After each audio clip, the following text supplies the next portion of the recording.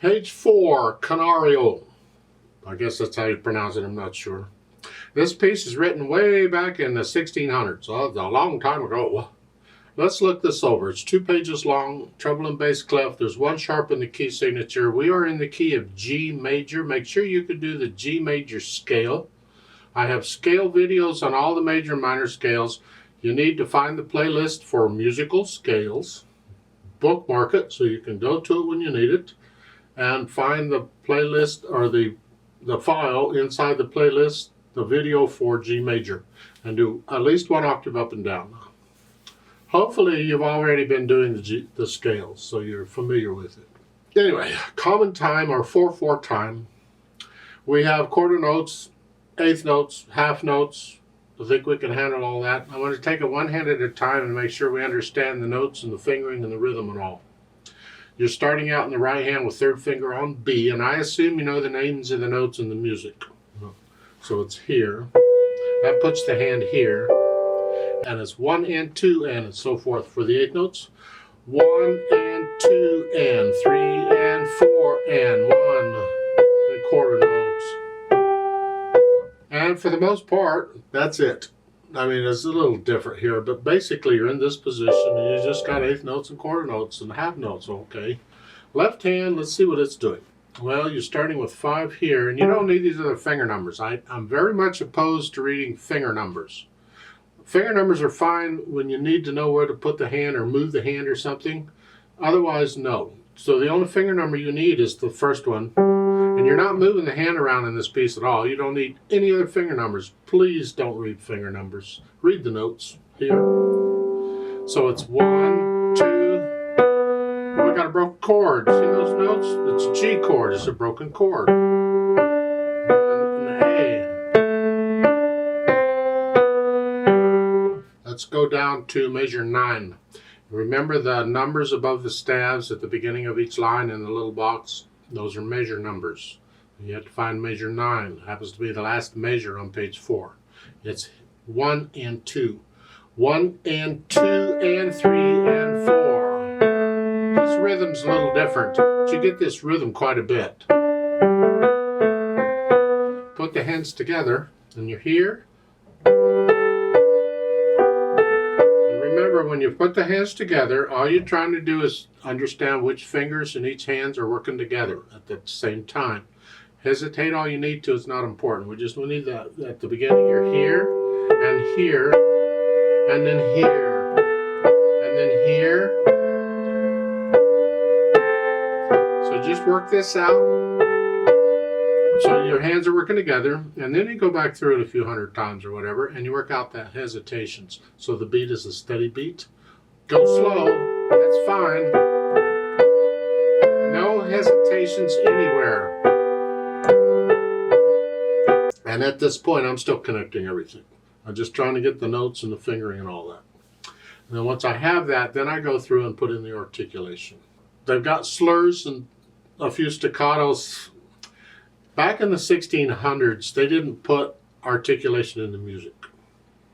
You would have gotten the notes, and that's pretty much it. It's up to you to decide on the staccatos and slurring and the dynamics and all that. Yeah, it's up to you as the performer to figure that out. Now, the editor has added this stuff to help out, so for the time being, we'll go ahead and just use theirs. They're as good as any, huh? I'm going to lift up.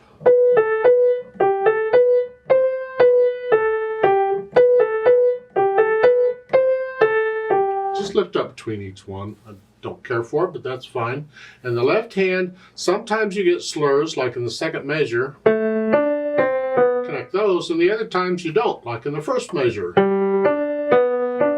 So if they don't give you anything, you have a choice. And the style back when this is written, the default, or the thing you did when there wasn't, is you would slightly disconnect the notes. Not short, no, just disconnect them. Just slightly disconnect them. So can we do that? That makes it harder, because now you're doing different things in the hands at the same time.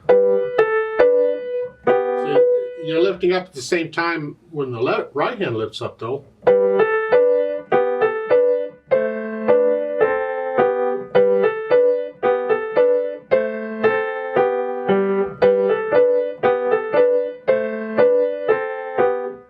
Try that. If that doesn't work for you, if it's just not normal, then go ahead and connect them in the left hand. But connect it all the way through. Even when you lift up in the right hand, still connect the left hand.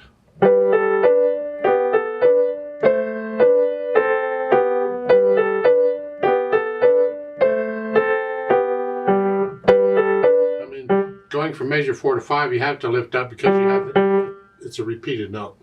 I'll leave that between you and your teacher on how you articulate this. But I think I'm going to disconnect them if there's no slur there, and I'll connect it if there is a slur. Now sometimes you do get a staccato like a measure 13 here.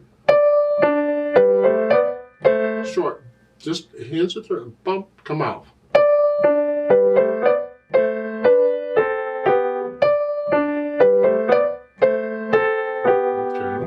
Then after the articulation is done, then you can think about the dynamics. Now the dynamics apply to the melody, if you can figure out where that is. In this piece, I think it is the right hand, pretty much. So the left hand just needs to stay in the background.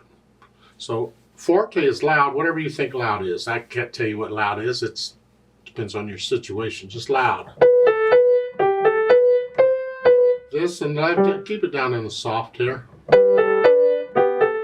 That means you're playing heavy in one hand and light in the other. That's good practice.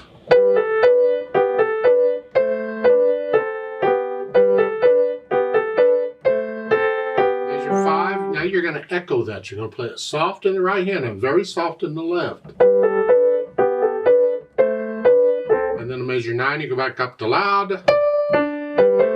And measure 13, you're soft. It goes back and forth between loud and soft. Okay.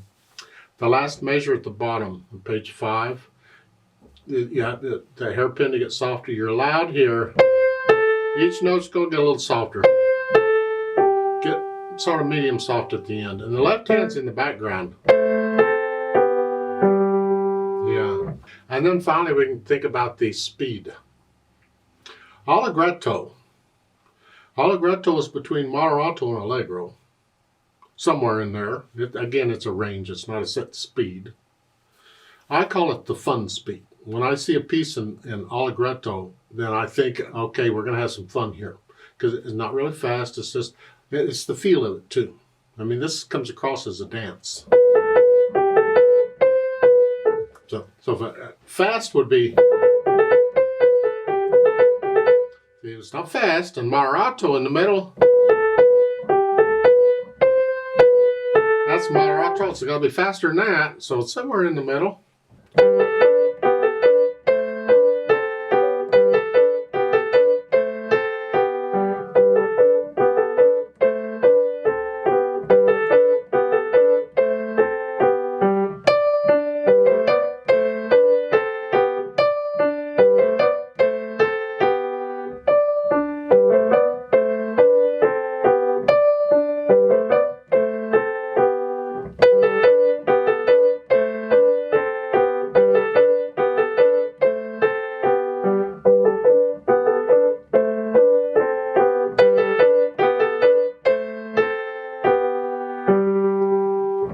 And you have a ritardando in the last measure where you slow down somewhat. Okay, how much you slow down? It's up to you. How much? Let's play this together very slowly to double check that you have the correct notes and rhythms. Now this is after you've learned it.